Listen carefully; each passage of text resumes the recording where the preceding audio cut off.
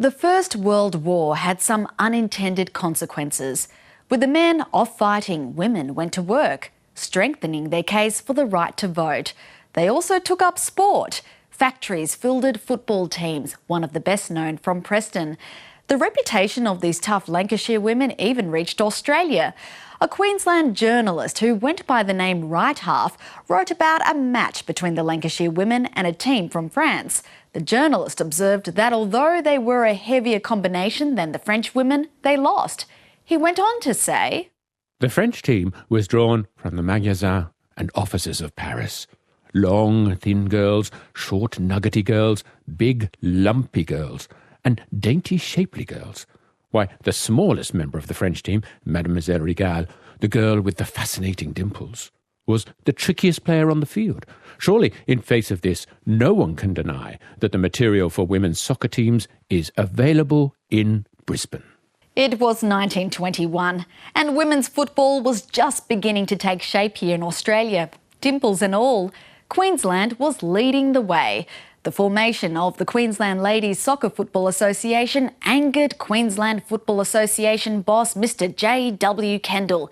He chucked a hissy fit and resigned. The association, however, refused his resignation.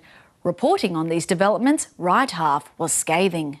Mr Kendall was against the affiliation of the Ladies Association because he considered it would be unconstitutional. To my mind, a very poor argument. The great bulk of soccer enthusiasts are not to be gulled by such a red herring. Most of us know that Mr Kendall was from the start against the ladies playing football. He's always appeared to treat the subject more or less as a joke. The women were so angry they turned to the Australian Rules League for the inaugural match as a curtain raiser to that code's game. And the league said yes. Right Half was horrified. He didn't think the women were ready for such a spectacle. It would be the worst advertisement soccer ever had. And on the other hand, a very great draw for the Australian rules in Brisbane. The curtain raiser was abruptly cancelled, with one female player telling Right Half, "If we appeared in public, you men folk might see a lot to laugh at, and we want to avoid what my brother calls making asses out of ourselves." The game went ahead as a standalone despite the drama around it. It's believed to be Australia's first public game of Women's Association football. The crowd, 10,000 strong. A series of matches followed, but then came December 5, 1921, a dark day for women's football. A cable from London declared the Council of the Football Association had prohibited the use of its grounds by women, expressing a strong opinion that the game is quite unsuitable for women. In 1921, Australia looked to the mother country for advice on all aspects of life, even how to govern football. In February 1922, the British Association Interstate Conference in Melbourne decided to also ban women.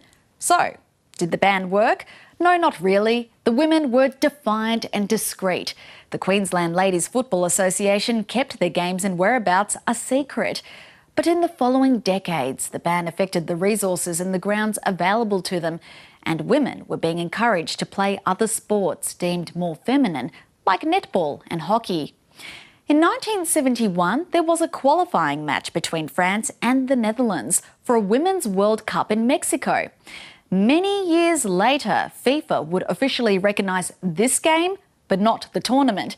The Men's Football Association seemed a little confused. 1971 was also the year the Football Association in England lifted its ban on women. 7 years later, a girl called Teresa Bennett legally challenged the FA for a right to play in an under-12s boys team. How strongly did you feel about it when you were banned from playing? How upset were you?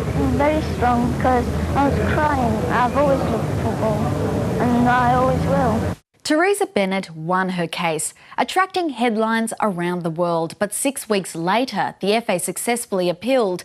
Teresa and her parents weren't even told about the court date till 5:30 that very morning.